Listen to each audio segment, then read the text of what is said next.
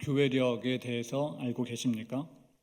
교회력은 교회가 성도 개개인의 신앙생활과 공동체의 유익을 위해 작성한 전통적인 연력으로 예수 그리스도의 탄생, 죽음, 부활, 승천 및 재림을 통해 완성되는 구원의 역사를 1년 주기로 재현한 것을 말합니다. 그게 크게는 대림절에서 승천일까지, 그리고 성령 강림 주일에서 삼일째 주일까지로 나뉘는데, 교파마다 명칭의 차이가 있고 또 지키는 절기의 차이가 있습니다. 그리고 많은 사람이 교회력의 시작을 대림절 혹은 대강절로 그렇게 알고 있는데, 그게 교회력의 핵심은 아닙니다. 그렇다면 교회력의 핵심은 무엇일까요? 그것은 사순절로부터 시작되는 부활절입니다. 성탄절은 12월 25일이고 주연절은 1월 6일입니다. 이 날짜는 절대로 바뀌지 않습니다. 그러나 부활절은 날짜가 매년 자꾸 바뀐다라고 하는 것이죠. 왜 그런가 보니 부활절을 정할 때 보름달이 뜨는 것을 기준으로 해서 정해지기 때문입니다. 여러분, 부활절은요, 춘분 후에 있습니다. 그렇다면 올해의 춘분은 언제일까요? 바로 오늘입니다. 춘분 후 첫 만월, 그 보름달이 뜨고 그 다음 주일을 부활절로 지키게 되어지는데, 올해의 경우로는 3월 24일에 춘분 후 첫 번째 보름달이 뜨기 때문에 그 다음 주일인 3월 31일로 부활절이 지켜지게 되어집니다. 이런 계산법으로 부활절이 정해지는데, 그렇다면 사순절은 어떻게 정해지는 걸까요? 사순절은 부활절로부터 역산, 즉 뒤로 계산해야 됩니다. 부활절을 뒤로 주일을 뺀 40일을 사순절이라 그렇게 이야기하는데, 이 기간 동안 우리는 예수님의 고난과 죽음을 묵상하며 그분이 걸어가신 그 십자가의 그 고난의 길을 함께 동참하는 경건의 시간을 가지게 됩니다. 특히 사순절 첫 번째 날을 참회 수요일 혹은 제 수요일이라 그렇게 말하는데, 재를 머리에 뿌리고 통회하며 사순절을 시작한다고 해서 그렇게 불립니다. 이 사순절의 시작이 지난 2월 14일에 있었습니다. 그리고 오늘까지 한 달하고도 한 일주일 정도의 시간이 흘렀는데, 여러분은 그 시간을 어떻게 보내오고 계셨습니까? 저는 우리 교회가 사순절을 더욱 의미 있게 남은 시간을 보내기 위하여 예수님이 십자가에 달리셨을 때 하신 말씀, 즉 가상칠언에 대해서 나누려고 합니다. 가상칠언은요, 예수님이 이 땅에 있는 교회에 남기신 유언과도 같습니다.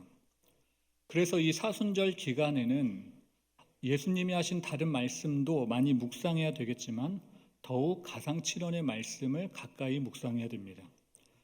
예수님이 말할 수 없는 고통을 십자가상에서 겪으시며 남긴 말씀이 이 가상칠언이기에 우리는 이 말씀을 깊이 묵상하고 또 순종하고 실천할 수 있어야 됩니다.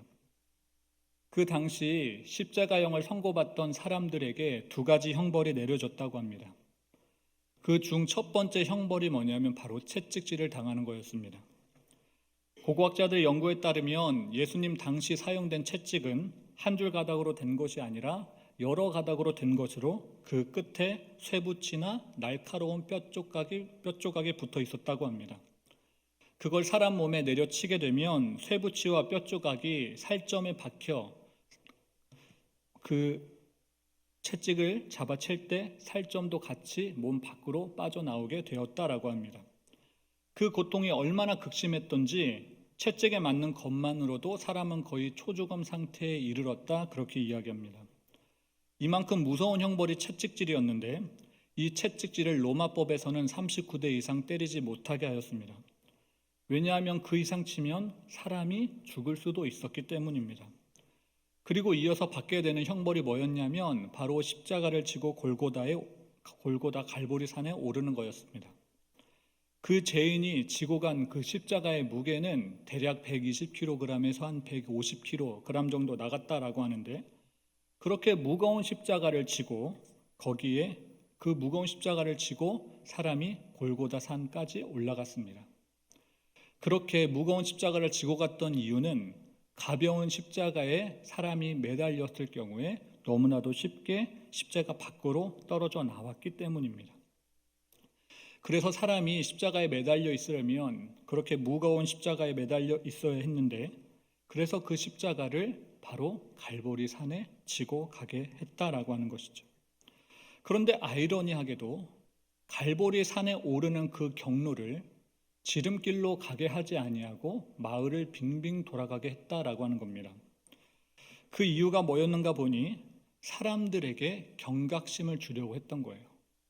너희들도 죄 지으면 저렇게 될 수 있다라고 하는 것을 경고하려고 했다는 겁니다. 여러분, 채찍질 당한 그 사람이요, 그 무거운 십자가를 지고 갈보리 산에 오른다라고 하는 것은요, 여간 어려운 일이 아니었습니다. 그래서 십자가 지고 가는 대부분의 죄인은 몇 걸음 걷지 못하고 이내 쓰러지고 말았다라고 했어요. 그렇게 쓰러지면 같이 동행하는 군인이 어떻게 했냐면 그 쓰러진 그 죄인을 향하여 채찍질을 했습니다.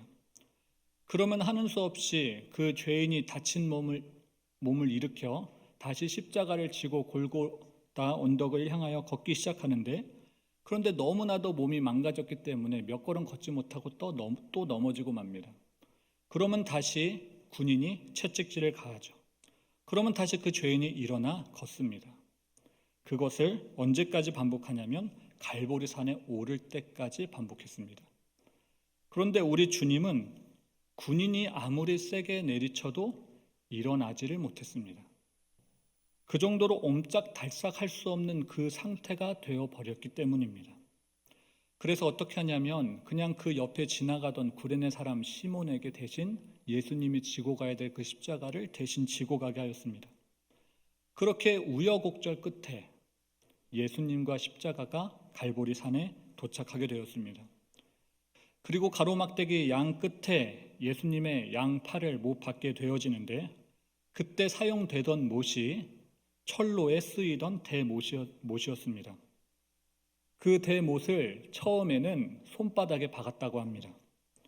그런데 그렇게 손바닥에 박다 보니까 너무 쉽게 그 십자가에서 떨어지고 만 거예요. 손바닥이 찢어졌기 때문입니다. 그래서 그 이후로는 손바닥이 아니라 손목에 박았다고 합니다. 그런데 그 손목의 뼈와 뼈 사이에 바로 대동맥이 흘렀는데, 거기에다가 못질을 하다 보니까 피가 분수처럼 솟구쳐 나왔습니다. 그리고 나서 십자가 모양을 만들기 위하여 세로 막대기 아래 죄인의 발등을 못 박고, 그리고 도르래를 이용해 십자가를 일으켜 세우는데, 그 십자가가 땅에 고정되어질 때 양 손과 그리고 다리에 충격이 가해졌습니다. 그렇게 예수님이 십자가에 못 박히게 되었습니다.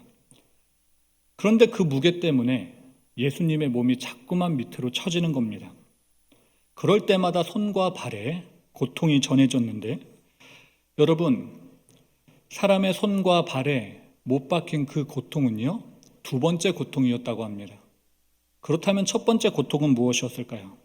그것은 숨을 쉬지 못하는 고통입니다. 사람의 십자가에 못 박히면 몸이 축 처져서 횡격막은 위로 올라가게 되는데, 그때 심장이 압박되어집니다. 그래서 숨을 못 쉬게 되는 거예요. 그렇게 질식 상태에 이르게 된 것이 가장 큰 고통인데, 그때는 손과 발에 그 고통이 별로 느껴지지 않았습니다. 지금 당장 숨이 넘어가게 생겼는데 손과 발에 느껴지는 고통이 무슨 대수겠습니까? 그래서 잠깐 숨이라도 쉬어보겠다고 그 자기 발에 박힌 못에 의지해서 몸을 위로 일으키는데, 그러면 잠깐 숨을 쉴 수가 있었어요. 그러면 그제서야 손과 발에 고통이 느껴지는 겁니다. 그래서 그 고통 때문에 다시 몸이 축 처지고, 또 그러면 숨 못 쉬어서 다시 온 힘을 다하여 자기 몸을 일으키고, 이것을 계속 반복하는데 자기 숨이 다 멎을 때까지 이것을 반복했습니다. 이렇게 사람을 고통스럽게 죽이는 것이 바로 십자가 형벌이었는데, 여러분, 십자가에 달려 죽는다고 하는 것이요, 이처럼 너무나 괴로운 일입니다. 역사학자들의 말에 따르면 진짜 건강한 사람은 거기에 한 일주일 정도 매달려 있었다라고 합니다. 그런데 그렇게 버티다 보면요, 살고 싶다라는 생각이 아니라 다 그냥 이제 죽고 싶다 그러한 생각이 든다라는 것이죠. 이렇게 버티느니 그냥 빨리 죽는 게 낫겠다라고 하는 생각이 드는 거죠. 그래서 그렇게 죽음을 갈구하는 그 사람들에게 베풀어지는 한 가지 관용이 있었는데 그게 바로 그 사람의 무릎뼈를 꺾어주는 거였습니다. 그 사람의 무릎뼈를 꺾게 되면 어떻게 됩니까? 숨을 쉬기 위하여 위로 올라와야 되는데 그 다리뼈가 무릎뼈가 꺾어졌기 때문에 위로 올라오지를 못하는 겁니다. 그래서 그냥 그대로 숨을 못 쉬고 질식사 당하게 되는 겁니다. 그게 그 죄인에게 베풀어진 관용이었어요. 특별히 예수님이 십자가에 달리신 그 때는 안식일을 앞두고 있었기 때문에 십자가에 달린 그 죄인들이 더욱 빨리 죽어야지만 됐습니다. 안식일을 지키기 위해서. 그래서 예수님 좌우편에 있었던 그 두 강도는요, 모두 다 무릎뼈를 꺾어 주었습니다. 그런데 예수님의 무릎뼈는요, 꺾어지지 않았어요. 왜 그랬냐면 예수님이 너무나 빨리 돌아가신 겁니다. 실로 그 뼈가 하나도 꺾이지 아니하리라 라고 했던 그 시편 34편의 말씀이 응하여진 겁니다. 십자가에 달려 고통당하는 것이 바로 이러한 것인데 우리의 죄값을 치르는 것이 바로 이러한 것입니다. 그런데 여전히 죄 무서운 줄 모르고 죄 짓고 살아가는 사람들이 있다라고 하는 겁니다. 여러분, 죄는요 그냥 가만히 둔다고 해서 저절로 없어지고 하는 것이 아닙니다. 누군가가 반드시 죄값을 치러줘야지만 없어지는 것이 이 죄값입니다. 이 죄값을 치르기 위하여 우리 예수님이 십자가에 달려 그렇게 고통스럽게 돌아가셨습니다. 예수님이 그 십자가에서 말할 수 없는 고통을 당하면서 하신 그 말씀이 바로 이 가상칠언이다라고 하는데 그 가상칠언의 첫 번째 말씀이 바로 오늘 본문에 나옵니다. 누가복음 23장 34절의 말씀을 다 함께 읽어보겠습니다. 시작. 이에 예수께서 이르시되 아버지 저들을 사하여 주옵소서 자기들이 하는 것을 알지 못함이니이다 하시더라. 그들이 그의 옷을 나눠 제비 뽑을세. 아멘. 이 말씀이 예수님이 십자가에 달리셔서 하신 첫 번째 말씀이라고 하는데요. 그 내용은 자기가 지은 죄가 뭔지도 모르는 그 사람들을 용서하기 위하여 예수님이 하셨던 그 중보 기도였습니다. 그 가상칠언, 그 7가지의 말씀 중 첫 번째 말씀이 죄인들을 향한 예수님의 중보 기도였다라고 하는 사실은요, 아주 굉장한 의미가 있습니다. 우리가 잘 알다시피 예수님은 평상시에 아주 습관적으로 기도하던 분이었습니다. 예수님은 공생에 시작하면서 40일 동안 금식 기도하셨고요. 그리고 새벽에 일어나 새벽 기도하셨습니다. 그리고 겟세마네 동산에서는 철야 기도도 하셨어요. 그래서 우리는 예수님을 철야 기도의 원조와 새벽 기도의 원조라 그렇게 이야기합니다. 이렇게 예수님은 늘 습관에 따라 기도하셨는데 완전히 기도가 몸에 배어 있었던 분이 바로 예수님이었습니다. 그래서 예수님은 그 십자가에 달린 그 극적인 순간에도요, 기도를 하셨던 겁니다. 사람은 극적인 순간이 되어지면 자기 몸에 배어진 그 습관대로 행동한다라고 하는데요. 예수님은 완전히 자기 몸에 기도가 배어 있었기 때문에 그 말할 수 없는 고통이 가해지는 그 순간에서도요, 타인을 향하여 중보기도 하셨습니다. 우리는 흔히 기도가 영혼의 호흡이라 그렇게 이야기하는데 이게 무슨 말이냐면 기도하지 않는 그 영혼은 죽은 영혼이다 라고 하는 뜻입니다. 우리가 기도하지 않으면요, 그 영혼은 얼마 못 가 죽게 되어집니다. 그리고 육체만 남게 돼요. 그런데 그 육체 가지고 하는 일들이요, 너무나도 뻔하다라고 하는 겁니다. 갈라디아서 5장 19절부터 22절 말씀에 보면 육체 가지고 하는 일들에 대해서 소개하는데 이 말씀도 한번 다 함께 읽어보겠습니다. 시작. 육체의 일은 분명하니 곧 음행과 더러운 것과 호색과 우상숭배와 주술과 원수 맺는 것과 분쟁과 시기와 분냄과 당짓는 것과 분열함과 이단과 투기와 술취함과 방탕함과 또 그와 같은 것들이라.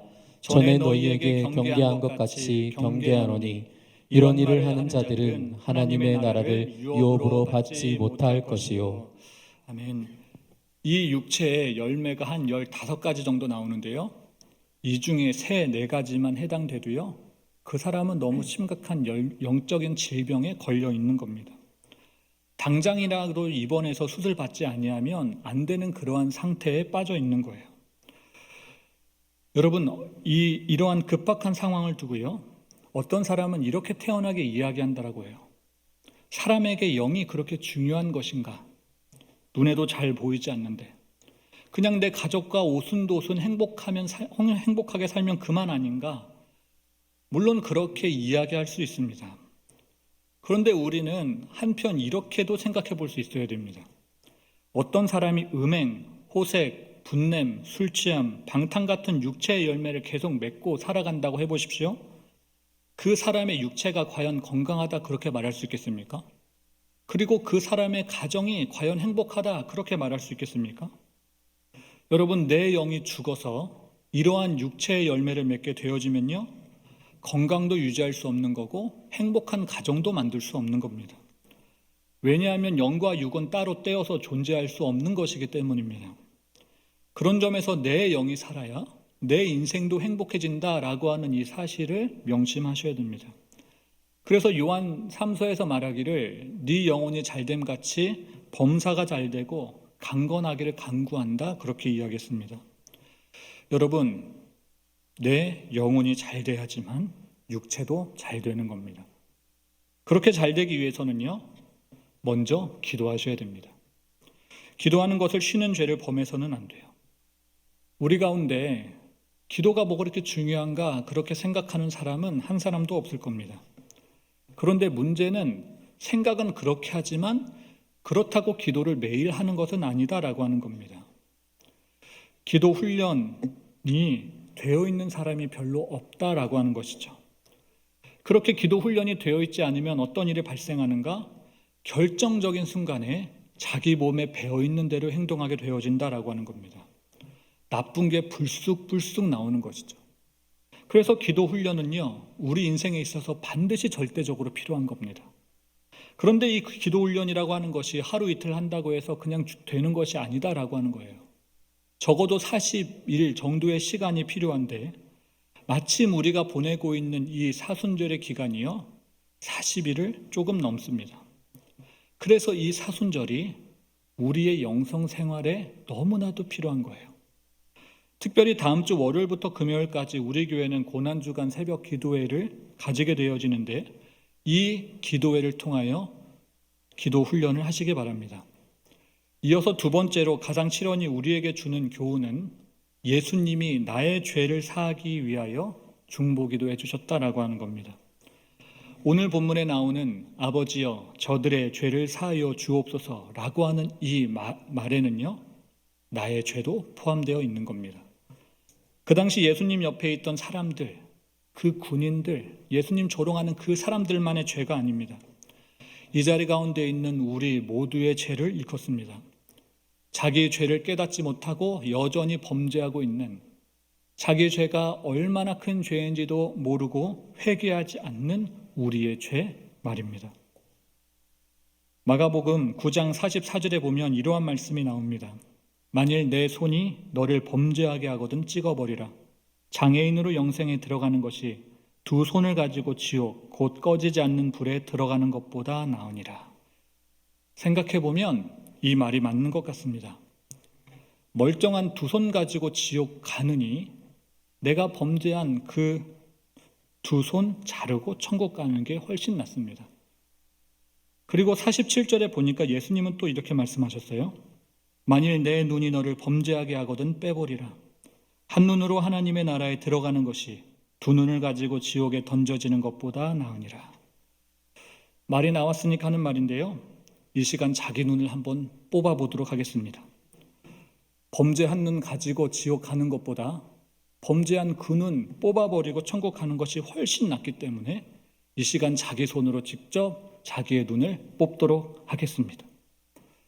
혹시 자기 손으로 직접 뽑기 뭐한 사람은요, 옆에 있는 사람에게 대신 좀 뽑아달라 그렇게 말하면 되겠습니다. 이 말씀을 우리가 문자 그대로 해석하기에는 상당한 어려움이 따릅니다. 정말 그렇게 했다가는 사지 멀쩡한 사람이 한 사람도 없을 거예요. 그런데 그렇다고 이 말씀을 그냥 쉽게 지나쳐서도 되냐? 그건 아니다라고 하는 겁니다. 하나님은 우리에게 너무나도 선한 눈, 그것을 주셨습니다. 그런데 우리는 평소에 그 눈 가지고 무엇을 바라보고 살고 있습니까? 무엇을 보느라 그렇게 우리의 눈이 충혈되어져 있는가라고 하는 겁니다. 혹시 안목의 정욕에 이끌려 절대로 보지 말아야 할 것들 보며 살고 있지는 않습니까? 그리고 우리의 손은 어떻습니까? 하나님은 우리 모두에게 손을 주셨습니다. 그런데 우리는 그 손을 어디에 사용하고 있나요? 넘어진 형제 일으키는 데 사용하고 있습니까? 아니면 그 넘어진 형제 핍박하고 압제하는 데 사용하고 있습니까? 또 우리의 발은 어떠한가요? 하나님은 우리에게 그 발을 통하여 그 복음을 전하라고 발을 주셨는데 우리는 도대체 복음 전하지 아니하고 어디를 그렇게 싸돌아다니고 있냐라고 하는 겁니다. 오늘 이 자리에 계신 분들 중에 나의 족적은 하나님이 보기에 전혀 부끄럽지 않습니다 라고 말할 수 있는 분이 과연 누가 있겠습니까? 우리에게 아무리 극심한 고통이 따르더라도요, 내 눈을 빼어서 그리고 내 손을 잘라서 발을 잘라서 천국 갈 수 있다면 그렇게 해야 됩니다. 그런데 다행히도 그 죗값을 예수님이 이미 다 치러주셨다라고 하는 것이죠. 이사야 53장 5절에 보면 그가 찔림은 우리의 허물을 인함이요 그가 상함은 우리의 죄악을 인함이라. 그가 징계를 받음으로 우리가 평화를 누리고 그가 채찍에 맞음으로 우리가 나음을 입었도다. 우리는 다 양 같아서 그릇 행하여 각기 제 갈 길로 갔거늘 여호와께서는 우리 무리의 죄악을 그에게 담당시키셨노라. 그렇게 이야기하셨습니다. 여러분, 내가 죽었어야 할 그 자리에 예수님이 대신 죽으셨습니다. 다른 사람이 지은 그 죄 때문이 아니라요, 바로 내가 지은 그 죄 때문입니다. 그렇게 우리는 모두 구속의 은혜를 경험하고 살아갑니다. 이미 죽고도 남을 사람이 바로 나인데 하나님은 예수님이 흘리신 그 보혈과 그 공로로 인하여 우리를 죄 씻어주셨고 또 천국을 소망하게 해주셨습니다. 그런 은혜를 받고 살아가는 우리라고 한다면 우리의 인생은 어떻게 살아야 되겠습니까? 예수님이 우리를 아무런 조건 없이 용서해 주셨다라고 한다면 우리도 그렇게 아무런 조건 없이 타인을 용서해 줘야 하지 않겠습니까? 마태복음 18장에 보면 예수님께 베드로가 이런 질문을 합니다. 예수님, 어떤 사람이 계속해서 같은 죄를 반복해서 짓고 있는데 그를 몇 번까지 용서해 주면 좋겠습니까? 한 7번 용서해 주면 되겠습니까? 그렇게 물었습니다. 그 당시 유대교 율법에서는요, 3번 용서하라 그렇게 이야기했습니다. 그런데 베드로는 거기에 3을 더하고 또 하나를 더해서 7이라는 숫자를 만들어 7번 용서하면 되냐 그렇게 물어보았습니다. 그러면 칭찬받을 거라고 생각했나 모릅니다. 그런데 예수님이 그를 향하여 뭐라고 말씀하시냐면 7번씩 70번 용서하라 그렇게 말씀하셨습니다. 그러니까 네가 할 수 있는 한 끝까지 용서하라 그러한 말이죠. 이 말씀에 이어서 예수님이 하신 비유가 있는데 그게 바로 1만 달란트 빚진 자의 비유입니다. 그 당시 달란트라고 하는 것은요, 헬라 문화권에서 사용하던 화폐였습니다. 성경에 달란트 이야기가 곳곳에서 나오는데 여기서 1달란트를 금으로 환산하게 되어지면 34kg 정도 됩니다. 1달란트가 금 34kg입니다. 우리는 스케일이 워낙 크기 때문에 잘 놀라지 않는데요. 사실 이건 정말 어마어마한 금액입니다. 이 1달란트를요, 한 문화로 환산하게 되어지면 60문화가 되어지는데 여기서 1문화는 100데나리온을 의미합니다. 그러니까 1달란트가 얼마냐라고 하면 6,000데나리온을 의미하는 거예요. 그러면 1데나리온은 뭡니까? 노동자의 하루 품삯입니다. 그런즉 1달란트는요, 노동자의 6,000일 임금입니다. 만약 어떤 사람이 1년에 300일 일한다고 계산하면요, 20년을 일해야 받을 수 있는 금액이 한 달란트입니다. 그런데 그 사람이 얼마를 빚졌다라고 했습니까? 1만 달란트 빚졌다고 했습니다. 여러분, 이 1만 달란트가 어느 정도 되냐면요, 7조 정도 된다고 합니다. 7조. 한 사람이요, 뭘 했는지 모르겠지만 7조를 빚졌습니다. 이것은 사람의 힘으로 도저히 갚을 수 없는 그런 돈이죠. 돈 빌려준 사람이 탕감해 주지 아니하고는요, 갚을 수 없는 그런 돈입니다. 그래서 왕이 어떻게 하냐면 그 사람이 너무 불쌍했던지 그냥 탕감해줘요. 갚지 말라고 합니다. 그것 말고는 다른 방법이 없었기 때문이죠. 이 가운데 얼마나 많은 분이 빚을 져보셨는지 모르겠지만 빚을 지게 되면요, 늘 뒤가 무섭습니다. 뒤에서 누가 따라오지 않아도요, 늘 불안한 것이 빚진 자의 삶입니다. 왜냐하면 언제든지 도망쳐야 되는 그 삶이 빚진 자의 삶이기 때문이죠. 그런데 그 불안으로부터 왕이 그를 자유롭게 만들어준 겁니다. 아무 조건 없이 그 막대한 7조라고 하는 그 빚을 다 탕감해 주었어요. 그러니 그 사람이 얼마나 기분이 좋았겠습니까? 완전히 하늘을 나는 기분이었을 겁니다. 그래서 룰루랄라 노래를 부르면서 집으로 돌아가는데 그 길목에서 자기한테 100데나리온 빚졌던 그 동관을 만난 겁니다. 그래서 그에게 뭐라고 하냐면, 내가 방금 7조 탕감 받았으니 내가 너의 100데나리온 탕감해 줄게, 그렇게 말하지 않았습니다. 그 사람 멱살을 잡으면서요, 내 돈 갚으라, 그렇게 이야기했다는 거예요. 그랬더니 그 동관이 잠깐만 좀 기다려 주십시오, 그렇게 애원했다라고 하는 겁니다. 그런데 그 사람이 기다려주지 않고 그를 감옥에 쳐넣어 버렸습니다. 그 동관이 빚졌던 그 100데나리온은요, 100일 일하면 벌 수 있는 돈입니다. 그러니까 길게 계산 잡아서 한 1년 참아주면 받을 수 있는 그런 돈이었어요. 그런데 그걸 못 기다려주고요, 그 사람을 감옥에 쳐넣어 버린 겁니다. 100데나리온 안 갚았다고. 누가요? 1만 달란트 탕감 받은 사람이요. 언제요? 탕감 받고 돌아오는 그 길목에서요. 여러분은 보시기에 이게 말이 되는 상황입니까?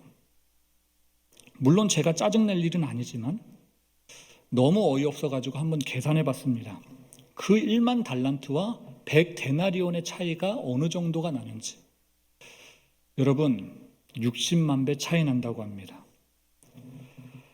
자기는 좀 전에요, 60만 배 탕감 받았습니다. 그런데 자기한테 60만 분의 1 빚진 사람, 그거 하나 용서해 주지 못해가지고 그를 감옥에 쳐넣어 버렸다는 거예요.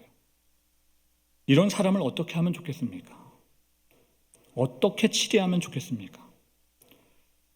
그런데 생각해 보면요, 내가 1만 달란트 빚진 자라는 겁니다. 예수님이 날 구원하기 위하여 치르셨던 그 죄값이요, 1만 달란트였다는 거예요. 그런데 우리는 그 엄청난 죄를 용서받았음에도 불구하고 100데나리온 빚진 자 하나 용서해 주지 못하고 내 돈 갚으라, 그렇게 이야기하고 있다는 겁니다. 나 조금 곤란하게 했다고, 나 조금 민망하게 했다고 그 사람 미워하면서 말이죠, 인사도 안 받아주고 화해 제스처도 하지 않고 있습니다.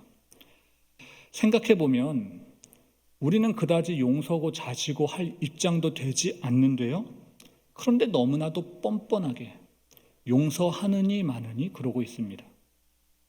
저는 오늘 한 권사님으로부터 이런 말을 들었습니다. 원수를 은혜로 갚겠다고. 누구는 원수를 은혜로 갚겠다고 하는데요, 또 누구는 은혜를 원수로 갚는다라고 합니다. 저는 이 말을 듣고 처음에 웃었습니다. 그런데 생각해 보니까요, 너무나도 감동스러운 거예요. 원수를 은혜로 갚는다라고 하는 것이. 저는 이게 사순절을 사순절답게 보내는 방법이라고 생각합니다. 여러분, 우리는 사순절을 사순절답게 보내기 위하여 원수 갚는 자가 아니라 은혜 갚는 자가 되어야 됩니다. 은혜를 원수로 갚는 자가 아니라 원수를 은혜로 갚는 자가 되어야 됩니다. 그 과정 속에 타인을 향한 용서가 있습니다. 오늘 본문을 통하여 우리가 기억해야 될 것은 그 말할 수 없는 고통을 당하면서도 예수님이 저 죄인을 향하여 저 죄인이 지은 죄를 용서해 달라고 하나님께 기도를 드렸다라고 하는 겁니다. 그러면 여러분, 우리도 예수님처럼 저 죄인 용서해 달라고 기도해야 되지 않겠습니까? 또 예수님이 우리를 용서해 주신 것처럼 우리 역시 나에게 해를 끼친 그 사람을 향하여 용서하며 살아야 되지 않겠습니까? 특별히 예수 고난의 이 사순절을 보내면서 이 용서의 말씀을 실천해야 되지 않겠습니까? 그동안 풀리지 않은 그 마음 때문에 화해하지 못한 사람이 있다라고 한다면요, 그 사람에게 찾아가 화해를 선포하시기 바랍니다. 그리고 용서를 시도하시기 바랍니다. 네가 내 앞에 당장 와서 무릎 꿇고 싹싹 빌기 전에는 용서 절대로 하지 않아. 그렇게 독한 마음 품지 마시고요, 그 사람을 향하여 일방적인 용서를 선포하십시오. 그러면 우리 마음을 누르고 있는 그 무거운 멍에로부터 자유롭게 되실 겁니다. 바라옵기는 이번 사순절을 통하여 진정한 화해와 용서가 우리 교회 가운데, 우리 이웃 가운데, 우리 가정 가운데 일어나게 되기를 소망합니다. 그래서 다다음 주 주일 부활절 아침을 맞이할 때 우리 모두를 묶고 있던 그 미움으로부터 다 해방되어 기쁨의 예배를 드리게 되는 우리 모두가 되기를 축복합니다.